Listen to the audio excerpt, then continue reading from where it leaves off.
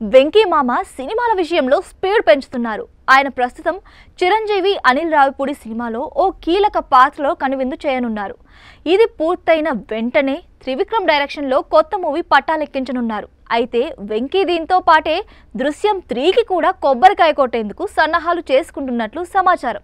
ఇప్పటికే ఈ సీక్వెల్కు సంబంధించిన స్టోరీని రెడీ చేసినట్లు మలయాళ దర్శకుడు జీతూ జోసెఫ్ స్పష్టత ఇచ్చిన సంగతి తెలిసిందే. ఇప్పుడు ఈ కథతోనే మలయాళం, హిందీ, తెలుగు భాషల్లో దృశ్యం 3ని రూపొందించి ఒకేసారి ఈ 3 వర్షన్స్కి విడుదల చేసేందుకు సన్నాహాలు చేసుకుంటున్నారు. అయితే హిందీలో ఈ 3వ భాగాన్ని తెరకెక్కించేది ఎవరన్నది స్పష్టత రానప్పటికీ తెలుగు వర్షన్కు జీతూనే దర్శకత్వం వహించే అవకాశం ఉందని సమాచారం. ఇప్పటికే ఈ విషయమై వెంకీతో చర్చలు మొదలయ్యాయని, త్రివిక్రమ్ సినిమా చేస్తూనే ప్యారలల్గా దీనికి డేట్స్ సర్దుబాటు చేసేలా ప్లాన్ చేసుకుంటున్నారని తెలిసింది. లేటెస్ట్గా ఓ ఇంటర్వ్యూలో పాల్గొన్న జీతూ జోసెఫ్ మాట్లాడుతూ మలయాళంలో తాను రాసిన కథతోనే హిందీ, తెలుగు భాషల్లో దృశ్యం 3 వస్తోంది. కానీ అక్కడి పరిస్థితులకు అనుగుణంగా ఆయా భాషల వాళ్ళు కొన్ని మార్పులు చేసుకుంటారని చెప్పారు.